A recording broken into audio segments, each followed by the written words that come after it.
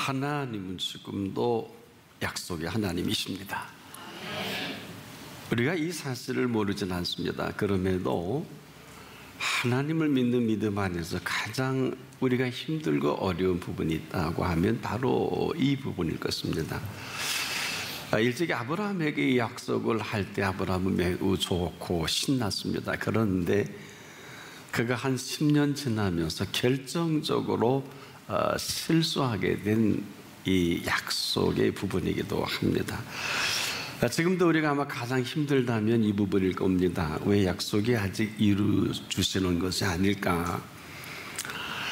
그럼에도 하나님은 지금도 우리에게 약속의 하나님이십니다. 우리가 잘 알지 못해도 오늘도 우리에게 주신 그 약속을 이루시고 계십니다. 너를 반드시 복주고 복주며 번성케 하고 번성케 하리라. 히브리서 6장 14절의 이 사실을 알리면서 그 앞서 13절에는 하나님이 아브라함에게 약속하실 때에 가리켜 맹세할 자가 자기보다 더 큰 이가 없으므로 자기를 가리켜 맹세하여 이렇게 그 근거를 제시합니다. 하나님이 친히 맹세하신 이 약속, 바로 아브라함에게 언약하신 그 약속이면서 오늘도 저와 여러분에게 이 열정으로 이루시겠다는 하나님의 맹세입니다. 이 하나님의 맹세가 뭘까요? 바로 상처나지 그 어떤 이론과 어떤 합리적인 근거를 뒤로 하고 오직 이것만이 하나님의 판단이다. 바로 하나님은 지금도 이 판단에서 조금도 양보가 없으세요. 그래서 하나님은 그 판단이 보장이고 이 판단이 하나님의 의이기도 합니다. 어떤 논리라도 하나님의 판단을 앞설 수는 없어요. 그래서 오늘도 우리가 너와 나 사이에 크고 작은 일이 아무리 커도 우리는 수직적으로 하나님 앞에서 그 판단의 전부인 것을 잊어서는 안 될 것입니다.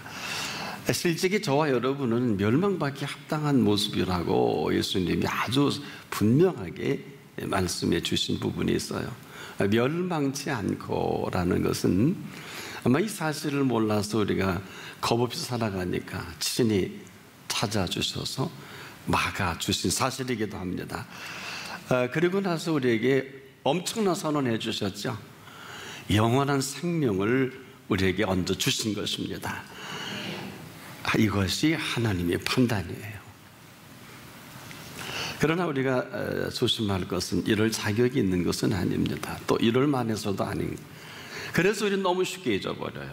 내가 나를 볼 때 실망하고 너를 볼 때 실망하고 상황을 볼 때 더 낙심이 되는 것을 우리가 늘 경험합니다. 그러면서 그 앞에 설 때마다 그 하나님의 엄청난 맹세코 하신 이 모든 약속을 새카맣게 잊어버리고 상황에 휘둘러버린 우리의 모습이 아니냐. 근데 이렇게 너를 지명해서 반드시 복주고 복주며 번성케 하고 번성케 하리라. 이건 기복이 아니에요. 이건 세상의 어떤 물량이 아니에요. 이것은 하나님께서 오늘도 우리에게 선언해 주신 하나님의 복입니다. 하나님의 판단입니다. 다윗은 일찍이 이 엄청난 이 놀라운 확증으로 그에게 이렇게 하심을 보고 깜짝 놀랐습니다. 그래서 이 언약을 믿는 이 모든 사람들에게도 똑같은 이러한 살아계신 하나님의 약속을 이루는 것이 아니냐. 그래서 약속의 백성이라는 이 엄청난 우리에게 주어진 닉네임이 있죠. 그래서 어떤 사람이라도 하나님의 백성을 판단하는 것을 허용치 않아요. 우리가 겁없는 판단 얼마나 많이 합니까? 중요한 일에 이해가 되든 이해가 되지 않는 이 판단을 혼란스럽게 하지 않습니까? 어마어마합니다. 그러나 중요한 이 분명한 사실은 하나님의 백성은 하나님이 판단하십니다. 하나님의 판단이라는 게 어떤 거냐? 그럼에도 불구하고 사람으로는 할 수 없으되 하나님으로는 그렇지 않다. 하나님의 판단은 하나님으로서는 다 하실 수 있느니라. 중요한 것은 너와 나와의 이 수평적인 관계가 아니라 하나님 보시기에 하나님의 백성이 아닌 사람은 그래도 괜찮아요. 하지만 하나님의 백성은 반드시 매 순간마다 하나님 앞에서 왜 허물과 부족이 없겠어요? 괜찮다는 것이 아니라 항상 하나님 보시기에 그 앞에서 사람으로 할 수 없는 일을 그대로 적나라하게 드러내놓고 하나님의 뜻을 물을 수 있어야 합니다. 하나님이라 하시면 어떻게 하실까? 우리는 이게 한계인데, 그리고 하나님 이걸 참 기뻐하세요. 사람으로는 할 수 없는 게 얼마나 많아요. 그런데 우리가 애써 힘써 한다고 되는 건 아니에요. 또 될 것도 없고요. 사람으로는 할 수 없으되 하나님으로는 그렇지 아니하니, 이걸 하나님 편에서 생각하면 대단히 심각해요. 너 그만 나대라 이런 얘기예요. 너 해도 네 한계를 내가 안다 이런 얘기고요. 너 내 한계 아느냐, 이거 물으시는 물음이기도 해요. 여러분은 하나님의 능력을 얼마나 알고 계시는가요? 그리고 그 능력이 얼마나 힘입어 오늘에 내가 서 있는가 한번 묻지 않을 수가 없어요. 왜냐하면 우리가 이렇게 열심히 애쓰고 수고하는데 이거밖에 안 되잖아. 아마 그대로 간다면 우리는 아마 정신이 이상이 생길 정도로 이 판단이 맞는지 틀린지 혼란스럽지 않겠습니까? 그러나 관계할 것이 없는 것은 여기까지예요. 오늘도 하나님 모르지 않습니다. 다 보고 계십니다. 이 보고 계시다는 것은 괜찮아서가 아니라 끝까지 기다리시는 긍휼입니다. 그런데 오늘 우리에게는 어떻게 액션을 취해 주실까요? 사람으로는 할 수 없으되 하나님으로는 그렇지 아니하니. 과연 이 이후에 하나님의 음성에 귀를 기울인 사람이 누굴까? 바로 이 자리가 되길 축복합니다. 이 말은 바꿔 말하면 하나님은 지금도 하나님 되시고 싶어 하세요. 여러분, 우리가 왜 염려나 걱정이 이렇게 심각할까요? 염려하는 사람처럼 불쌍한 사람은 없고요, 걱정하는 사람처럼 어처구니 없는 사람이 없고요, 근심하는 사람처럼 미래가 없는 사람은 없어요. 이 이야기는 사실 주님이 십자가 지시기 전에 심각하게 너희는 마음에 근심하지 말라, 하나님을 믿으니 또 나를 믿으라. 이 이야기는 지금 내가 네 앞에 살아있지 않느냐, 내가 못할 일이 뭐가 있겠느냐. 이미 사라 공생애 때 이렇게 표현해 주셨어요. 항상 우리는 그럼 어느 때입니까? 어느 때입니까? 이게 잘 묻잖아요. 예수님이 요한복음 7장 6절에 내 때는 아직 이르지 않은 건 사실이다마는 너희 때는 늘 준비되어 있느니라. 복음입니다. 너희 때는 늘 준비되어 있느니라. 지금입니다. 근데 우리는 아직 않을 거야. 그렇지 않을 거야. 너희 때라는 이 늘 준비되어 있는 것만이 하나님의 판단입니다. 상황이 어떻고 여건이 어떻고 지금 많은 흐름들을 우리가 국제적인 정세가 어떻고 남북 간에 많은 일들이 있지만은 역사를 주관하시는 분은 하나님이십니다. 여러분, 그래서 지금도 믿어야 합니다. 판단 건물 상황은 인정하십시오. 하지만 이 상황을 주도하시는 살아계신 하나님이 계신 게 얼마나 고마운지 모르겠어요.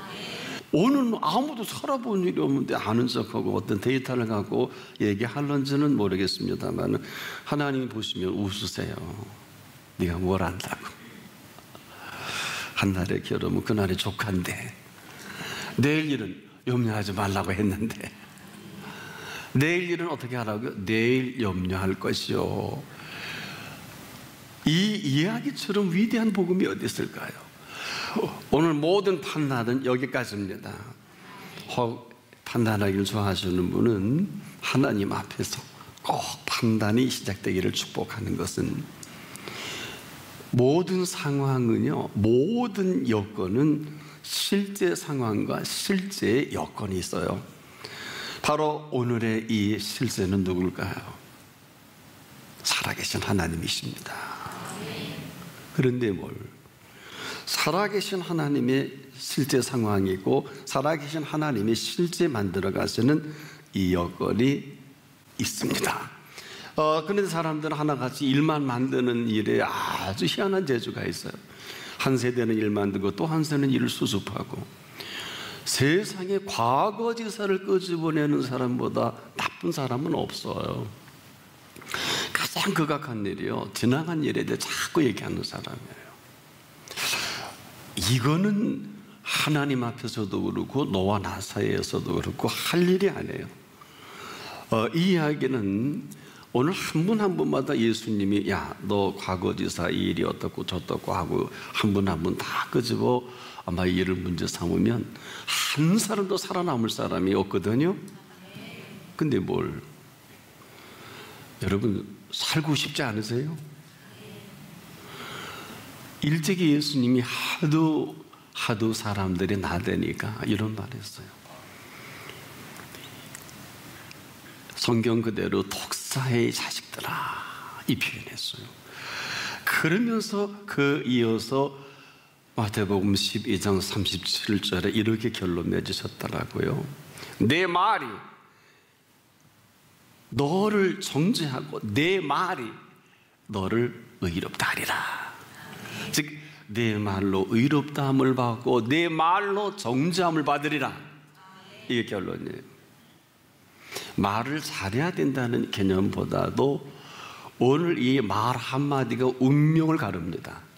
누구라도 저를 비롯해서 다 내 말로 의롭다함을 받을 말을 할 수 있어야 합니다. 그런데 우리는 우리의 표현 속에 정죄받을 일에서 자유롭지 못한다면 이거보다 시급한 일이 없고 이보다 심각한 일이 없어요.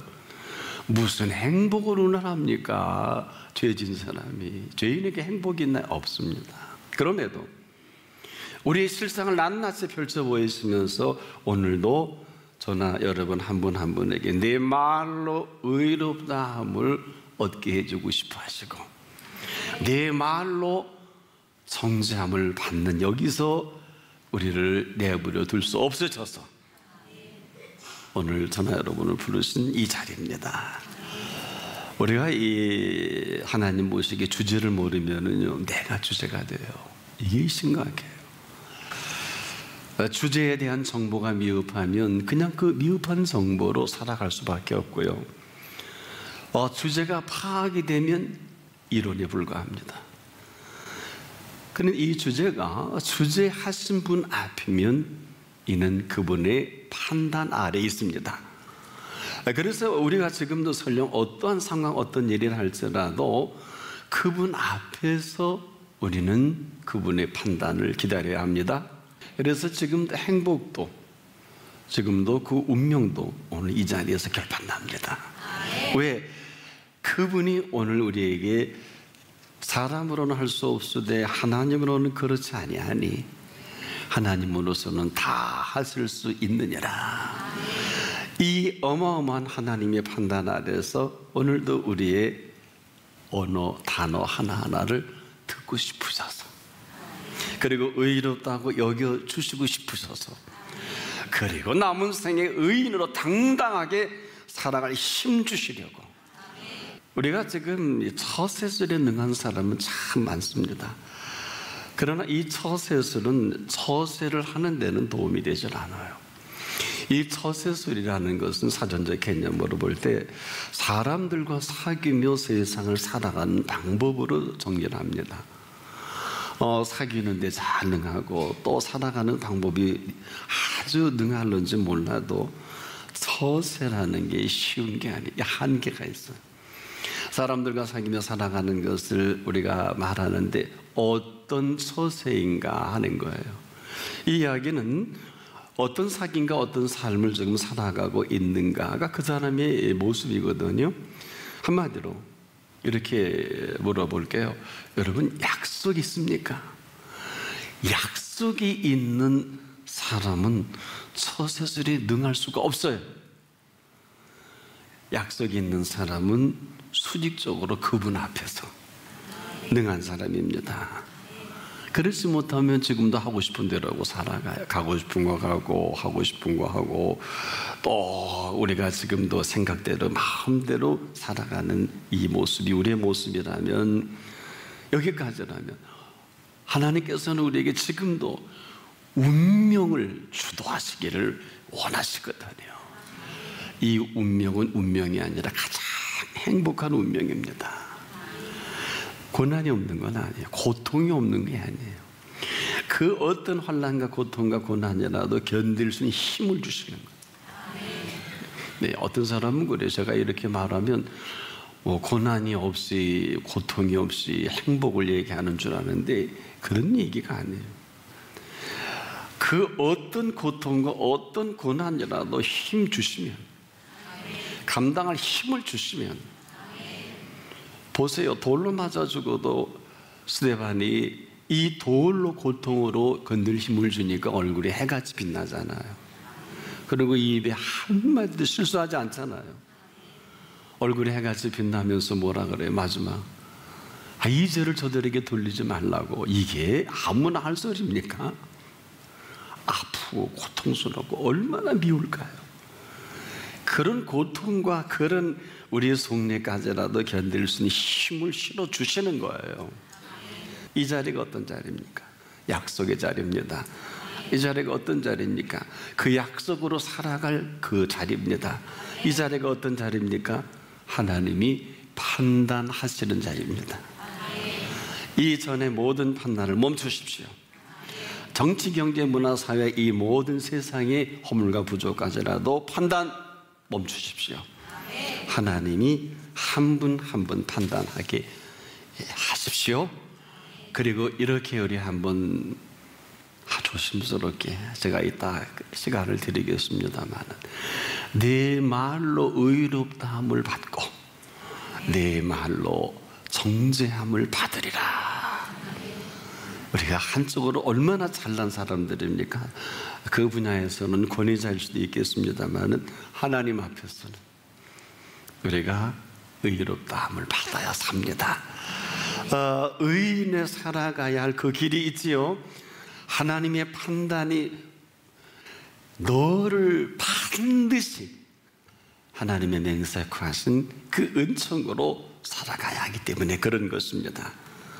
3444년 전에 한 말을 기억하세요. 이런 말씀을 했어요.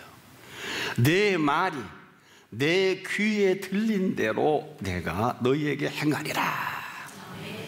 그런데 오늘 3444년 전의 말씀인데 오늘 이렇게 생생하게 들려오지 않겠습니까? 이것을 예수님이 다시 정리하셔서 요한복음 14장 14절에 내 이름으로 무엇이든지 내게 구하면 내가 행하리라. 얼마나 아름다운 정리인지 모르겠습니다. 그 말이 그 말이겠습니다만 지금도 우리 말 한마디가 운명을 가릅니다. 말 한마디가 행복과 불행을 만듭니다. 우리가 만드는 게 아니라 네 말로 의롭다 함을 얻게 하시는 그분의 몫입니다. 이것만이 하나님의 판단입니다. 그래서 우리가 쓸데없는 이런 거, 쓸데없는 우리가 기본적인 사고방식이라 내가 알고 있는 지식에 얽매일 필요가 없는 것은 이 모든 것의 근원이 되시는 그분이 들으시게 하십시오. 여러분, 고백이 전부입니다. 왜 십자가상의 우평 강도만 낙원에 가야 될까요? 저는 참 이 사건을 이해하는데 오랜 시간이 걸렸어요. 몰라서가 아니에요. 여러분도 다 알고 이해가 하고 받아들이지 않겠습니까? 저는 꽤 시간이 오래 걸렸어요. 이게 쉬운 얘기일까요? 혹자는 그럼 나는 할지 못할 일 다 하다가 나중에 천국 가면 되지 않을까라는 가능성도 줄 수 있는 본문이고요. 세상에 십자가의 형틀에 얼마나 많은 사람 아프게 하고 죽여버렸고 그 형틀로 죽을 수밖에 없는 죄를 한 몸에 짊어진 그 사람이 한 게 아무것도 없다는 거예요. 그가 입을 열어 한 얘기는 많은 얘기를 한 게 아니란 말이에요. 좌표 강도가 하나도 안 틀려요. 네가 예수냐? 너도 내려오고 우리 내려오게 해봐라. 이게 뭐 그럴 수 있잖아요. 그렇잖아요. 네가 예수냐? 그럼 너 내려와봐. 그리고 우리도 내려오게 해. 말은 되지만은 그분이 들으시기에 되는 말이 아니니까 답을 안 하시다가 급기야는 우편 강도가 입을 열어요. 야 이놈아, 네나 내나 이렇게 합당한 죄에 맞게 이렇게 죽는 게 당연하지만 이 가운데 계신 분은 죄가 없으시다. 와, 뭐 그렇게 대단한 얘기, 고백, 뭐 신학적인, 율법적인, 뭐 신앙적인 얘기한 게 아니에요. 야, 그 주둥이 그만 나불거려. 너나 나나 이렇게 죽는 게 당연하다는 거예요. 당연하다는 거예요. 이 녀석은 그렇게 못해요. 그러니 그렇게 죽지요. 그런데 가운데 계신 분은 죄가 없으시다. 당신의 나라에 임하실 때 나를 기억해 주십시오. 그래, 이런 것도 아니고 세상에 그 고통 중에서도 십자가상의 똑같은 고통 중에서 그 고개를 돌려 그 친구에게 알칸택이 됐겠죠.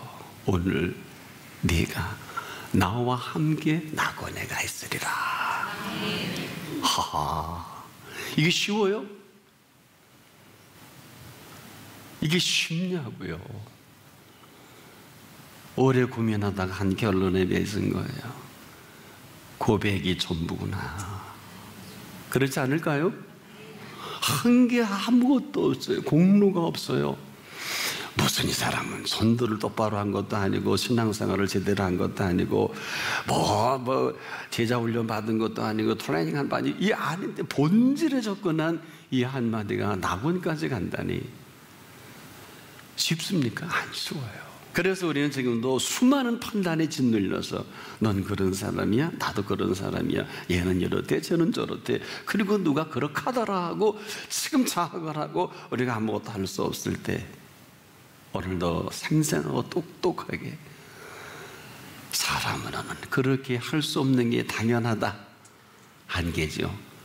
그러나 하나님으로는 그렇지 아니하니 하나님으로서는 다 줄 수 있느니라.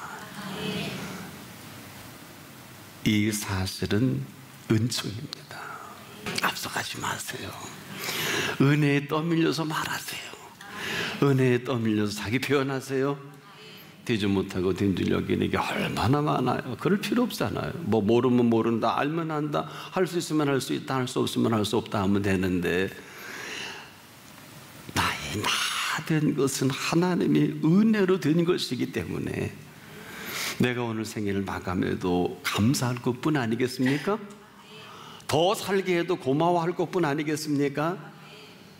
이제 하나님이 우리에게 들으실 말이 있단 말이에요. 아마 그 바울의 고백을 들으시고 하나님은 대단히 기뻐하셨고 또 귀하게 여겨주실 것이란 말이에요. 왜?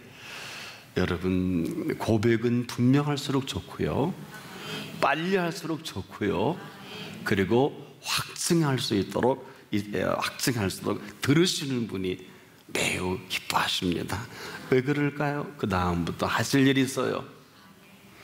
오늘 내가 아무것도 없는 그 우편강도에게 나와 함께 낙원에 이르게 하시는 하나님의 주도적인 손길이 있습니다.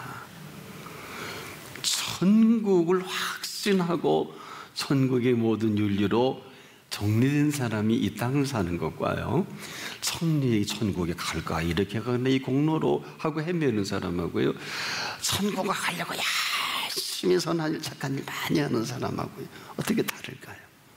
전자는 하나님의 판단입니다. 이 사람이 아무리 떠다 밀어도 복 있는 사람으로 죄인에게 설 일이 없고요, 오만한 자리에 앉을 이유가 없고요, 우리가 지금도 안 지으려고 그러면 굉장히 힘들 겁니다만은 그럴 필요가 없는 사람이라면 얼마나 행복한 사람일까요? 오늘 이 판단을 해주신 자리입니다.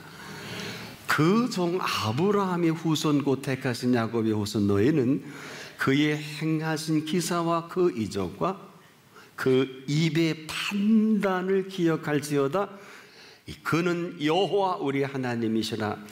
그의 판단이 온 땅에 있도다.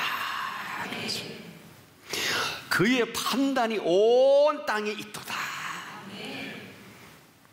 아브라함을 흠 있는 믿음 하나로 하나님은 무조건 의로 여겨주신 아브라함입니다. 하나님의 판단입니다. 그 판단이 온 땅에 있도다. 감히 누가 여기 이 일을 제기하려고요? 그래서 이 하나님의 판단으로 살아가는 그 삶의 시간과 공간은 이런 거예요. 늘 사람으로는 할 수 없는 일이 세고 센다 할지라도 언제라도 거기서 하나님으로는 그렇지 아니하니 하나님으로서는 다 하실 수 있느니라. 이것만이 하나님의 판단이거든요. 이 인정 하나로 인정하신 분 앞에서 그 인정으로 살아가는 은총을 말합니다. 유일한 하나님의 판단이시지요. 이렇게 선언해 주셨어요. 나의 기름 부음 받은 자를 만지지 말며 나의 선지자를 상하지 말라. 보장입니다. 보장입니다. 오늘 이것만이 하나님의 판단이며 이것만이 하나님의 인정이십니다. 이 은혜로 이 시간 이후를 펼쳐가기는 한 분 한 분 되길 축복합니다.